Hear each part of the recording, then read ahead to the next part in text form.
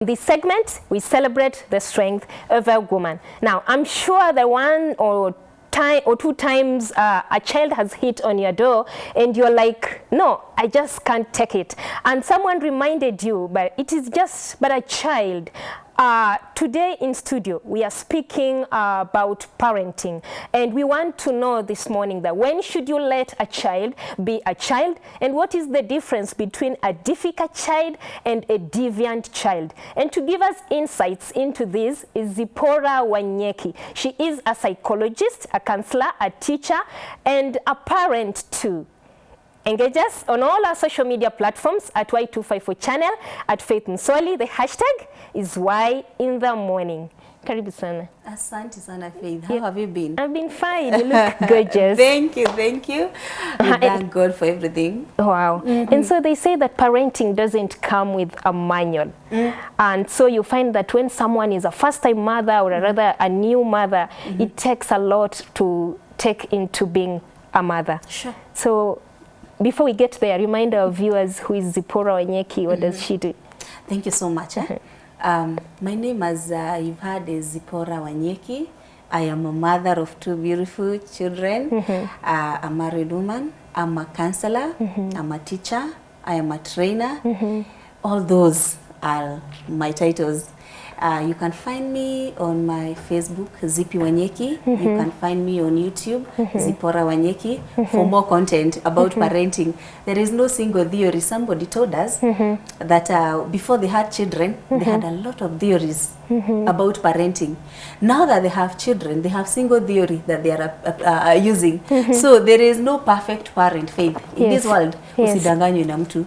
We do not have perfect parents. No, there is nowhere you enrolled in a school and we give you some marks that you scored exceeding expectation or you are number one. Parenting is very different for different children. But what of those type of parents? Like for me, I grew up in a village and there was this auntie or neighbor who would be like, Faith ni mbaya. They're always pointing out mistakes in other people's children. And those perfect parents? No, we don't. No, we don't have perfect parenting. Because I'm sure if you're parenting me so well from outside, in quotes, it means your house is well put. Nothing like that. I'm always told that there are people who have what you have imagined children, the ones that they would want to have. But as Kenyans put it, sisi ndio tuko. So the kind of child you have is the child you have. You can only parent that child. And interestingly, before we tell them about the different types of parents that we have, we let them know that when you're parenting children, there are several factors, maybe environment and many others that will come to look at. So there is no single person who can come and tell you, parent your children the way I parented mine. No, we were in different setups. So we may not use a single theory on all those, but at least there are some guidelines because you understand, these children, they don't listen. You tell them, they are not very good at listening to what you are saying, but they are perfect in imitating what you're doing. They will do what you do, but not what you say. Where shinda tu kusema, oh, sijui do this, don't do this. You will not tell me not to smoke if you are smoking. Yes. Yeah. So when you're doing it, it tells me that is the gospel truth. That is what I should do. You're battling my mother, yes. I should also battle my wife. Yes. So they do more, they see more than they hear. Wow. So we may talk about parents so that at least you classify yourself. And Faith also, you classify yourself which type of a parent you are. Exactly. Briefly, number one, we have these parents we call authoritarian. Authoritarian parents are strict. Oh, they are so strict. The ones who will look at you and you're just punished by their look on their face. They don't take no for an answer. They don't. They don't accommodate no for an answer. You know, and if you want to know you are an authoritative parent, they'll come and tell you, Faith, sweep this house, the whole of it. You ask, Mom, why? Because I said you do it. Yes. So they don't give explanation to anything. Fanya kwa sababu ni mimi nimesema. So these parents, they bring up children who have what you call forced discipline. These children, they don't know what they want to do in future. They are not decided because of the parents they got. Very strict. And sometimes if you're not careful, you bring up habitual liars. They lie so that they can appear to be perfect. You intimidate them through fear. You give them a lot of expectation. Those are strict parents. They don't give you freedom. to let you be who you are. That is number one. Number two, we have another group. We call them permissive. Permissive parenting is not a good one. Permissive parents don't say no to their children. They don't. If the child is tired of walking, they carry them. If the child cries for ice cream on a rainy day, they give. They don't know how to say no. They are afraid, oh, kababa, kama, nitamukosea, what will happen? So what happens to those children? Atalia. What happens to those children? I don't know, Faith, you must have been to a house where you find that the children are misbehaving, but their mother is doing nothing. And unasema, achana na huyo, maybe the baby is climbing on top of the TV. Achana na huyo, sijui nini nini. Atalia, she'll make fuss out of it. Let me tell you, permissive parents, they are manipulated by their children. You know, these children, they've also have their own psychology. They know you are weak. They manipulate you. How do they manipulate you? They know you can never say no. So what kind of children do you bring up in future? Children who can never accommodate failure. These children don't know that they can be told no. They don't cope with conflict. So when you hear children in high school, because you behave your faith when you're young, dictates what to become as an adult. So when you hear these children who are telling you how apangwingwi, please find out at what point did this phrase come in. From primary school, when they were young, they did not learn to hear no for an answer. So they become very inconsiderate children.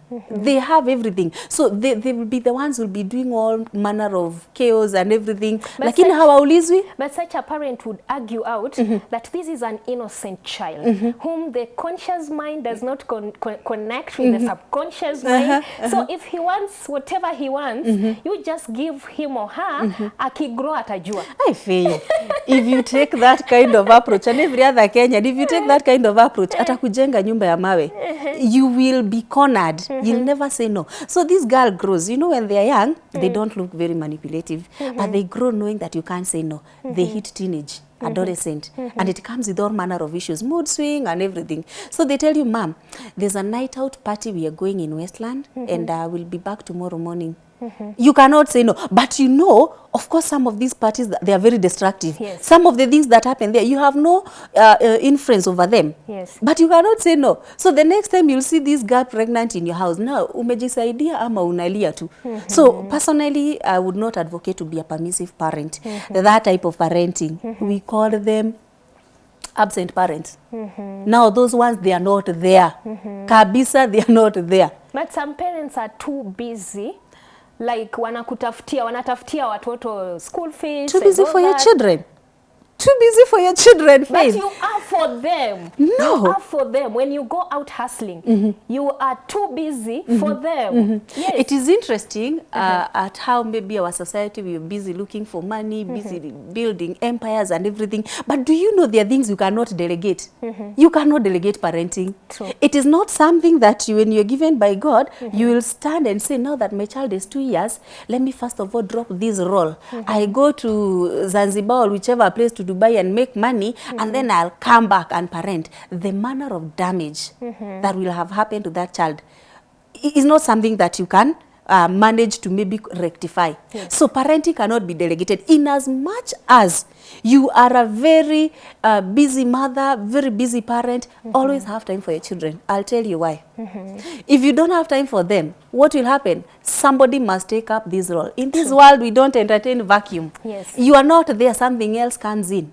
So not even in politics. This one drops power, another one is sold before you're even called in the mortuary. So we don't accommodate vacuum. So you will realize something about this thing. Social media will take in the role of parenting for you. Oh, you don't want to see children that have been parented by social media.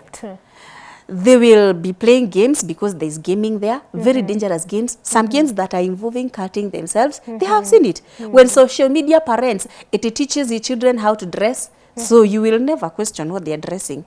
The mother was not there to teach, social media played its role. It will teach them language, it will teach them everything. And can I surprise you, one of the challenges we are having with the 21st parenting skills and everything is that these children in future, if maybe they are not monitored, they might not be very social children.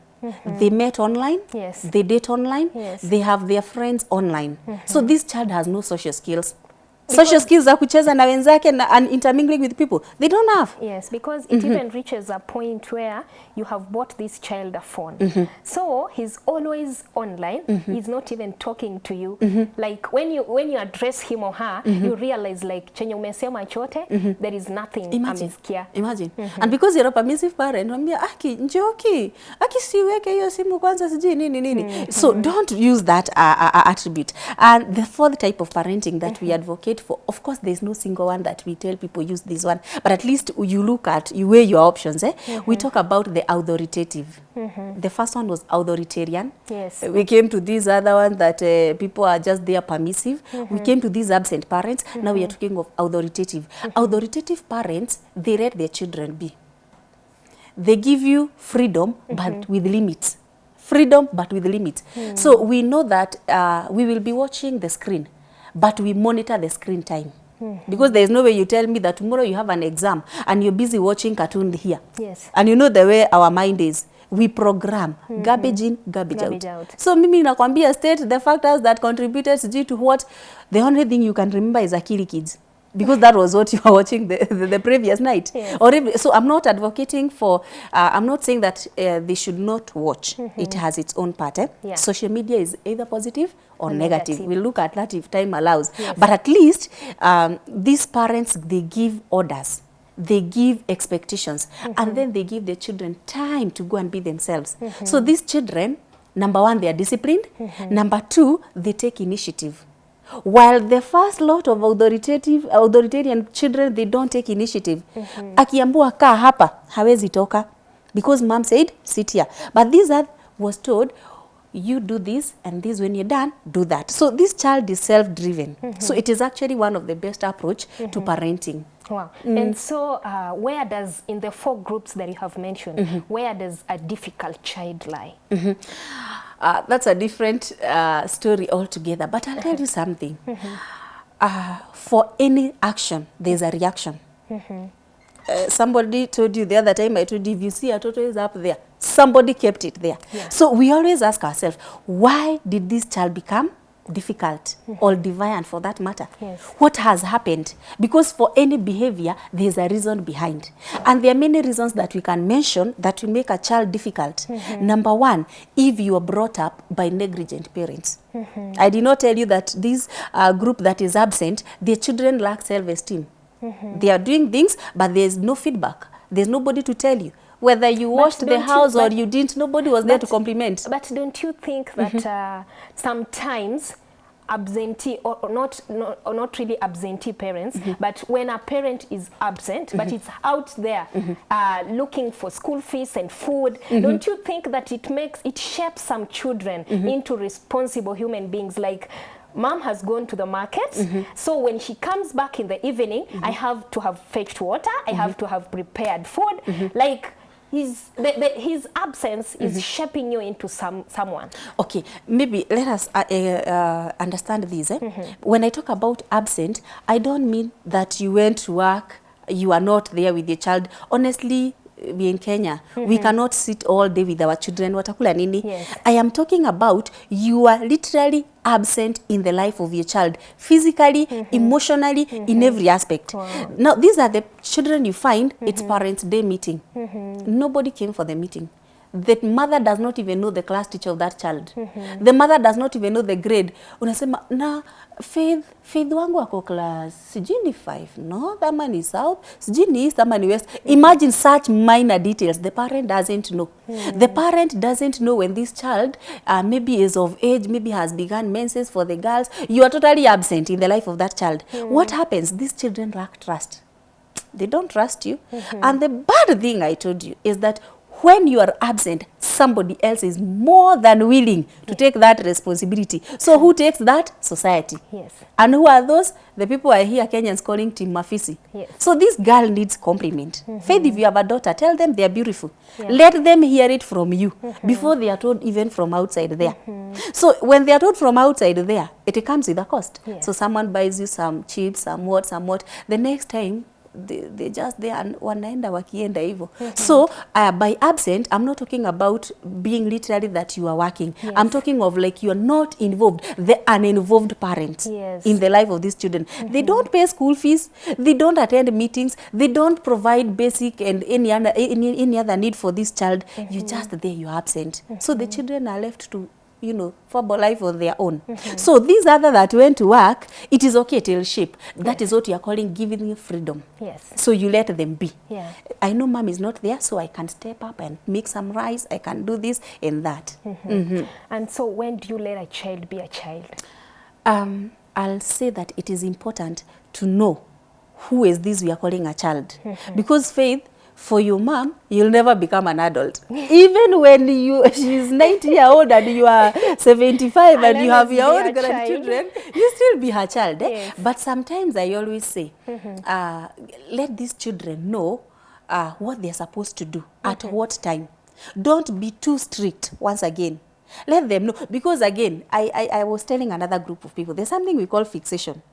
If you skipped a stage, you will pay for it, you will compensate. So what you didn't do that time, you will compensate for it. So let these children be. If it's time for play, provide playtime. Give freedom, but give limitation. Let them know it's playtime. Let them know now it's time to cleaning. This time we are taking it maybe for books. This is holiday time. And if you are a very present parent, you'll notice that, you will always notice that this child, there's a change of pattern. Either there's something, like for example, these children will carry their tablets to bed. And you go there online, unapata saa 8 ya usiku wana post status. Unauliza mtoto saa 8 ya usiku, what is the child doing with a phone at 2 a.m. at night? So it means you did not monitor that. You should have all the gadgets by the time you're going to bed. Yes, let them be locked, wajue time ya kulala is sleeping time. So let children be, let them go and explore. And I think that is what CBC is doing. Letting them go and explore whatever they want, their career and everything. As they are doing that, they are learning their talent. They are getting social skills. As opposed to this other person, mwenye ameambiwa kai hapo na usitoke, usijichafue. Let the children be dirty. It is in that they learn. There's someone who was telling me that the child was not, the son, 3 years old, was not wetting his bed when he was 3 years old. And so they decided to take him to school. So after taking him to school, he came back, and after some few days, he was wetting his bed. And then this person told me, Bradley must be stressed. So my question is, how, to him, or rather to her, a kid wetting bed and after I may stop for a while, it means this child is stressed. So how do you know if a child is stressed? Thank you, Faith. And this is something common with parents. This, when we are teaching people about what we call defense mechanism, ego defense mechanism. Now, these are things that you do, your body does to escape pressures of life and such stuff. One of them is called regression. Regression is slipping back to an earlier stage that you had outgrown. And one of them is bedwetting. So maybe you find that the child may be, okay, again that one, we may not really come and tell people that this is the stage somebody should stop bedwetting. Yes. It has other factors that comes with it. Because our maturity is also different. But when we are talking about maybe somebody who was had stopped and then has gone back, there is a trigger. And stress could be one of them. And actually one way of noticing stressed children could be bedwetting. They weren't doing it, but now they are doing it. That is number one. You can also look at their sleep pattern. This child, either they sleep too much or they don't sleep at all. Or when they sleep, they have what we call sleep insomnia, disturbed sleep. They are talking, they are screaming, they are crying in the middle of their sleep. You can tell that this child is disturbed. Another thing is their eating pattern. So if you're a mother, if you're a parent, if you're a caregiver, you can observe the eating pattern of this child. Unless medically, maybe the child is unwell, there's an eating pattern. Our body is wired to feel hungry, naturally. So if you're not feeling hungry, then there's a problem. Because your brain requires enough energy to work out through the whole day. Even talking requires energy, isn't it? Thinking, sleeping, walking, all those. So if you are not hungry, there's a problem. And again, if these children are overeating, So I'll come and tell you there's something we call bulimia, anorexia nervosa, Wow. especially with teenagers. They feel like, oh, I'm too fat. They'll induce vomiting. So they end up being figure one, very skinny. It's not a good thing. Another one, overeat. Eat and eat, binge eating. Eat and eat and eat. It's a disorder, by the way. Yeah, we study them when you're doing disorders. And so a child who is growing up and the parent is absent, kind of absent in their life, or rather a child, sorry, recently we had a story where a child came back from school and it was in the news. The child was being molested by the driver. Sure, I saw it, very sad. Yes. So this child kind of took so long to talk to the parents. But when she did, the parent was like, ama ni kama huyo mwalimu. Okay, the teacher was calling the parent frequently, telling her that your daughter is always late. But the mother was like, hapana, ni kama huyu teacher anachukia mtoto wangu. So there comes a time when a child can come home and keeps telling you 1, 2, 3, and then you're like, hapana, you don't know even whom to trust. So when should you listen to your child? When do you know that this is the right time to listen to her? Thank you. That's a very deep thing. I will say, always. Always listen to your children. Why? Communication is very important. And by listening, Faith, let's not even talk about just the verbal. You could be even observing what you call non-verbal cues, the gestures. The child is being moody. Find out why. The child is being reserved. Find out what has caused that. The child is being... I have also had cases, by the way, of children who have been molested either by the house help, by the uncles that we bring in, maybe in the name of assisting them join college or something, and has been maybe sexually abusing your child. But now, there is one reason, because we've been dealing with children. In most of my counseling is with children. And you notice, one reason why children don't open up to their parents and they open up to us counselors, or maybe to their aunties or any other person, is because we don't know how we don't respond, we react. Faith, I know if you go and tell, Mom, you know I lost my pencil, how she will respond will make you know whether next time you will report or not. Atakwambia mwingine atasema pesa nini, you think money what they make noise. Ukoti pesa, enda panda mti na chuna uchune. Unafikiri pesa huko zinaokota na vile uchumi sijui nini. You are only making noise. So how you respond matters. So learn to respond, not to react. Reacting is when you jump even before you hear the whole story. So children tend to fear you.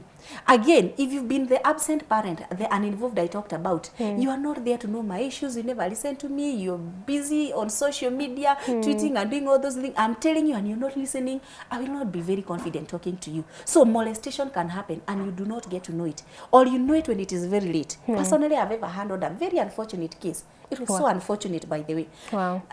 So I see it like we've come to the end of the show. We've run out of time completely. No, but parenting, I see that it's a very wide topic that we require more time to just talk about it. But I want you to give your parting shot in that camera and touch on co-parenting as your parting shots. Thank you. I'll finish by saying that, again, parenting is a wide topic. We may not even finish it. There is no single method that we advocate, but at least as a parent, you can choose to give your children freedom, but with limit. Co-parenting, I can only tell our Kenyans, Faith, when you're co-parenting, it is maybe because of divorce or separation. So you decide that you're, because there are many reasons that will make people part ways, but at least these children should not get to notice your indifference. So we are not competing in co-parenting. Don't be a manipulative partner. Don't manipulate your children. Don't feed them with negative information about your spouse. Let them be. Let them enjoy the freedom from their parents. So there is no single method that we can tell you to use, but at least one thing that you need to know, that children copy what you do, not what you say. So be a good role model. You want to model a good behavior in your children, do that. They will copy it. Instead of telling them, they will not. So model good behavior. Be good role model. If the worst come to the worst, see us, the counselors, will be able to work with you. Wow, what an incisive show we've had this morning. And we always thank you for always coming and teaching us 1, 2, 3. You're welcome. Asante sana. Karibu sana. They say asiyefunzwa na mamake hufunzwa na ulimwengu. Usifike pale to an extent where you become a prodigal son. Sorry. Merci beaucoup for watching. I've been your host, Faith MUTSOLI. Kayesu is up next with Girls Talk. Keep it right here.